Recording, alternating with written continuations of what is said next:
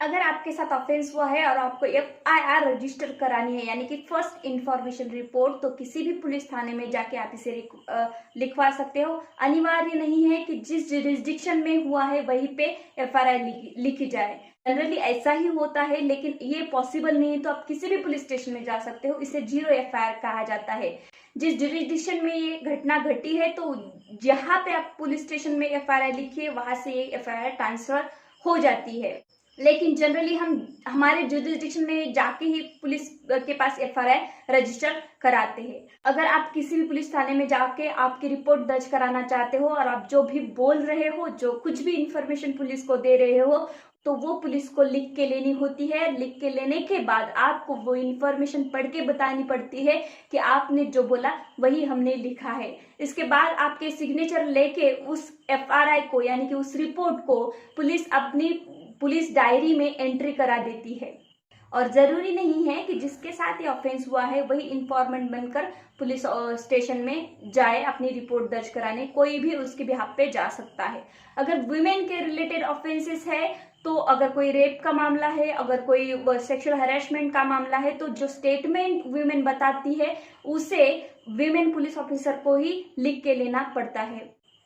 और अगर कोई पर्सन मेंटली फिजिकली डिसेबल्ड है, अनसाउंड माइंड है और उसे पुलिस स्टेशन में कन्वीनियंट नहीं लग रहा है या फिर वो नहीं आ सकता, तो पुलिस जहां उस पर्सन को कन्वीनियंट लगता है, उस अनसाउंड माइंड पर्सन को वहां जाके जिस जगह पे रेसिडेंट पे वो चाहता है वहां जाके रिपोर्ट दर्ज करानी पुलिस को पड़ती है। और जरूरत पड़े तो पुलिस को इंटरप्रीटर और स्पेशल एजुकेटर की ही जरूरत इस तरह के मामले में पड़ती है, क्योंकि अनसाउंड माइंडेड पर्सन या फिर डिसेबल्ड पर्सन कभी कभी पुलिस को उनकी बातें समझ में नहीं आती है, तो स्पेशल एजुकेटर और इंटरप्रीटर की भी यहाँ पे जरूरत पड़ती है। उनके प्रेजेंस में फिर स्टेटमेंट रिकॉर्ड किया जाता है। और रिपोर्ट दर्ज होने के बाद पुलिस को इंफॉर्मेशन की कॉपी जो है, रिपोर्ट की कॉपी जो है, वो आपको फ्री ऑफ कॉस्ट देनी पड़ती है। अगर कोई भी पुलिस ऑफिसर एफआईआर रजिस्टर करने से मना करते हैं तो आप सुपरिटेंडेंट ऑफ पुलिस यानी कि एसपी के पास आपकी कंप्लेंट भेज सकते हो। आप डायरेक्टली राइटिंग में भी आपके केस के सब्सटेंस उन्हें बता सकते हो। बाय पोस्ट भी आप उन्हें कंप्लेंट कर सकते हो।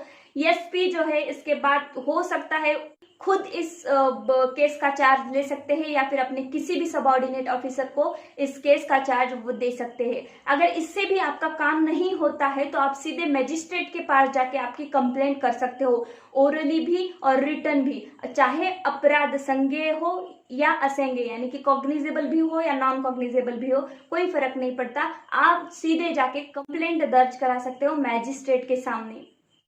फिर मैजिस्ट्रेट पुलिस ऑफिसर को इन्वेस्टिगेशन करने का आदेश भी देती है और इश्यू ऑफ प्रोसेस भी करती है ऑफेंडर के अगेंस्ट।